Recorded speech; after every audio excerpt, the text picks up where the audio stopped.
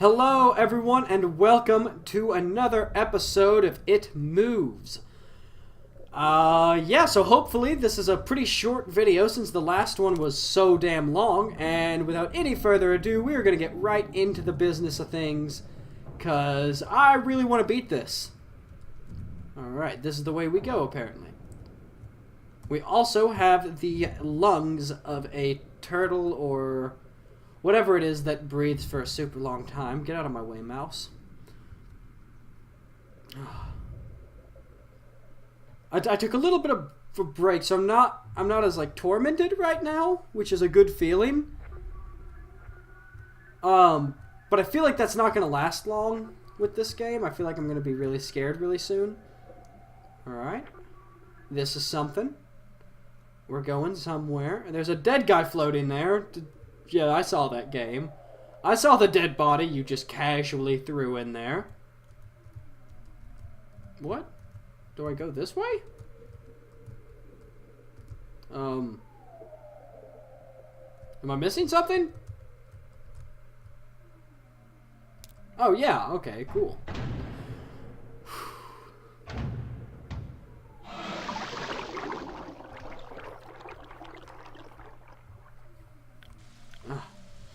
Okay. Nice. So now we're in here, which... Well, that's someone. That's the type of thing where I'm like, are they nice? Are they gonna hurt me? Are they gonna love me? One of my biggest fears is deep water. Ironic when you consider the fact that I am now working on a mining station thousands of feet underwater in the Mariana Trench. I've always wondered why I was afraid and reached a simple conclusion. The true fear presented here is actually going down beneath the surface into the depths. It's a combination of all of our most common fears. Fear of the dark. When you're at the bottom of a body of water, you can't see anything, yada yada yada. Sorry, I just don't feel like reading all that. Fear of suffocating. Okay, really pause the video if you want to read all that. I've read so much. Fear of the unknown. Fear of flying insects.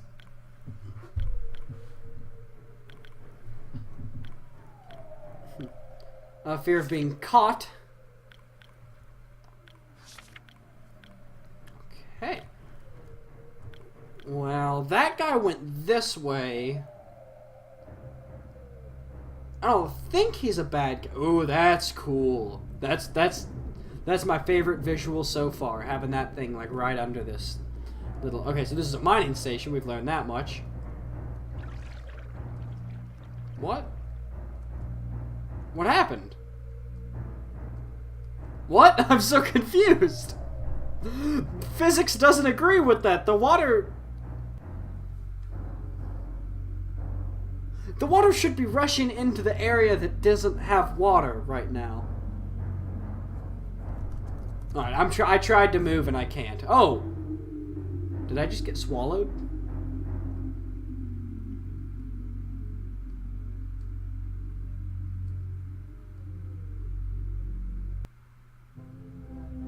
Not this noise again. What if it was asleep? It hadn't so much as breathed since I had woken up. Perhaps it was resting, believing that it had finally got me. That I was finally in its grasp. Or perhaps it was toying with me. After all, it had been doing just that for countless nights. And now with me under it, pinned against my mattress, with no mother to protect me, maybe it was holding off, savoring its victory until the last possible moment. Like a wild animal savoring its prey. I tried to breathe as shallowly as possible and mustering every ounce of courage I could. I reached over slowly with my right hand and began to peel the blanket off of me. What I found under those covers almost stopped my heart. I did not see it, but as my hand moved the blanket, it brushed against something. Something smooth and cold, something which felt unmistakably like a gaunt hand. I held my breath in terror as I was sure it must now have known that I was awake. Nothing. It did not stir. It felt dead. After a few moments, I placed my hand carefully further down the blanket and felt a thin, poorly formed forearm. My confidence and almost twisted sense of curiosity grew as I moved down further to a disproportionately larger bicep muscle. The arm was outstretched, lying across my chest, and the hand was resting on my feet on my left shoulder as if it had grabbed me in my sleep. I realized that I would not have to move this cadaverous appendage if I even so much as hoped to escape its grasp. For some reason, the feeling of torn, ragged clothing on the shoulder of this nighttime invader stopped me in my tracks. Fear once again swelled in my stomach and in my chest as I recoiled my hand in disgust at the touch of a straggled, oily hair. I could not bring myself to touch its face, although I wonder to this very day what it would have looked like. Dear God, it moved.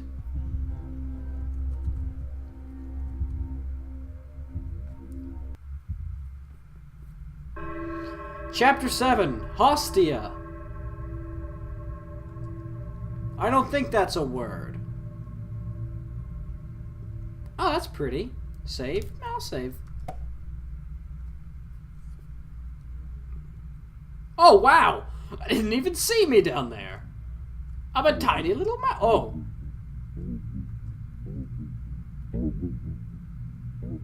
I should keep walking. Definitely gonna keep walking. Oh, shit, what the fuck? Ugh! This is like some Earthbound shit. This is messed up. Well, I don't even know what I'm looking at. Oh God. The last enemy that shall be destroyed is death. Oh God, ugh! You know, like SpongeBob had those weird parts where there was like really freaky animation? This reminds me of that. Ugh.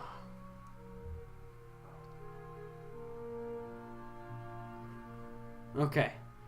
Walking through, well, that's something. I don't know what it is, but it's something. It exists. Ugh. What's up with all these fucking eyeballs? Come on. Just settle down somewhere. Stop moving about. You look like an enemy from Final Fantasy 1. Not really. Those were actually better designed. Not to be a dick or anything. At a crossroads in life, what does one do? Stand at the crossroads if you will, but if you'll not choose, I'll move on without you. And having once chosen, never to seek to return to the crossroads of that decision, for even if one chooses wrongly, the choice cannot be unmade. So am I going to have a choice? Oh! I think this is the choice! Maybe. That's the wrong way! Okay, well, I unmade the choice, didn't I? Because I turned around. What?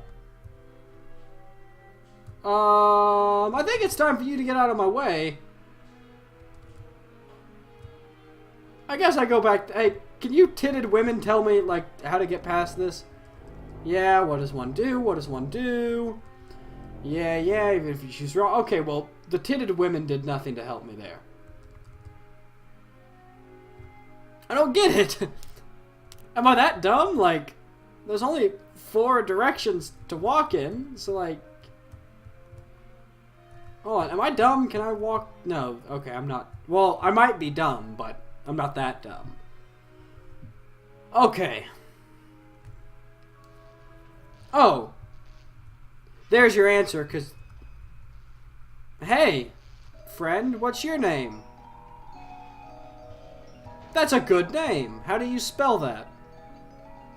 Okay. Nice to meet you, Chimes. Oh, fuck balls.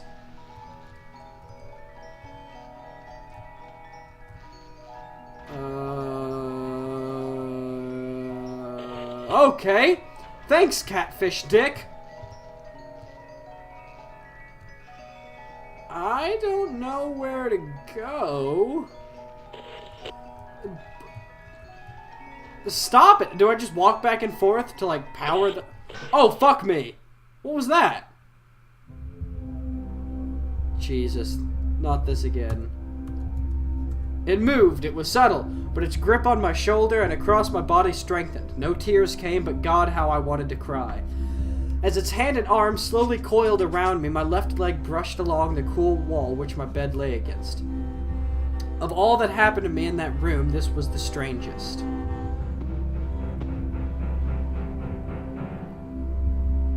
I realized that the clutching, rancid thing which drew great delight from violating a young boy's bed.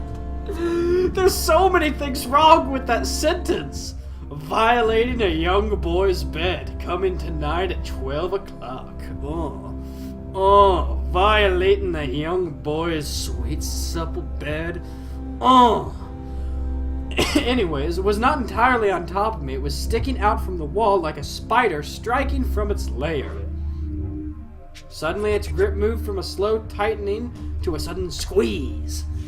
It pulled and clawed at my clothes as if frightened that the opportunity would soon pass. I fought against it, but its emaciated arm was too strong for me. Its head rose up, writhing and contorting under the blanket.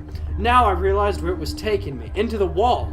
I fought for my dear life. I cried, and suddenly my voice returned to me, yelling, screaming, but no one came. Then I realized why it was so eager to suddenly strike. Why this thing had to have me now. Through my window, that window which seemed so repressant, so much malice from outside, streaked hope. The first rays of sunshine, I struggled, further knowing that if I could just hold on, it would soon be gone. As I fought for my life, the unearthly parasite shifted, slowly pulling itself up to my chest, its head now poking out from under the blanket, wheezing, gasping, laughing. I do not remember its features. I simply remember the breath against my face, foul and as cold as ice. As the sun broke over the horizon, that dark place, that suffocating room of contempt, was washed, bathed in sunlight. I passed out as its scrawny fingers encircled my neck, squeezing the very life from me.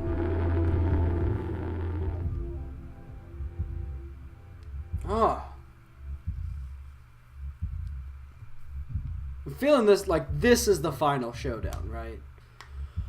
I woke to my father offering to make me some breakfast. A wonderful sight indeed. I had survived the most horrible experience of my life up until then, and now I moved the bed away from the wall, leaving behind the furniture I had believed would stop that thing from taking a bed.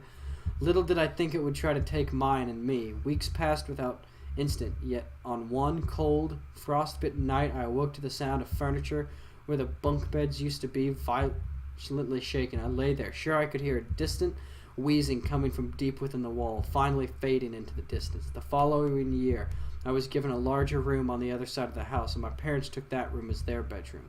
They say they didn't need a large room, just one big enough for a bed and a few things. They lasted 10 days. We moved on the 11th. Oh, so his parents started getting the creepy crawlies out of the wallies. Alright. It Moves, a game by Snow Owl. Well, that was cool. Yeah, I mean that was a decent experience.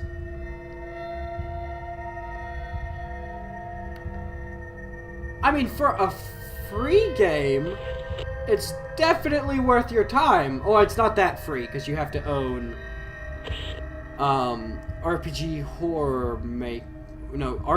Maker, not Horror Maker. God, that program has nothing to do with horror. Yeah. But if you have that program, definitely pick... Oh, maybe you don't want to pick it up now that you know that already everything that happens.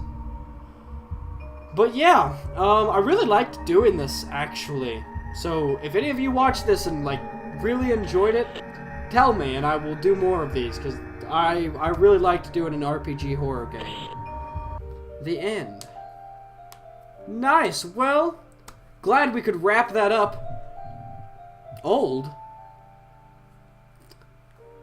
Maybe we didn't wrap it up. It says old. Let's have a look, shall we? Let's do file.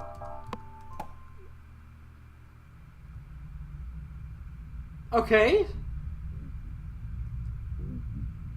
I'm confused. I feel like it's over, isn't it? That's not an extra divot in there. Unless anything looks different in here, which it doesn't. Yeah, that's the game. Okay, so sorry about that.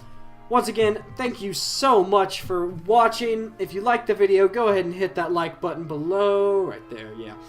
If you like all my videos, go ahead and subscribe below. If you all know any good RPG Maker horror games, or really any good RPG Maker games, please tell me in the comments and I would love to play them, because I really enjoyed this one so much. As always, stay beautiful, and until next time, you all have fun. Bye-bye.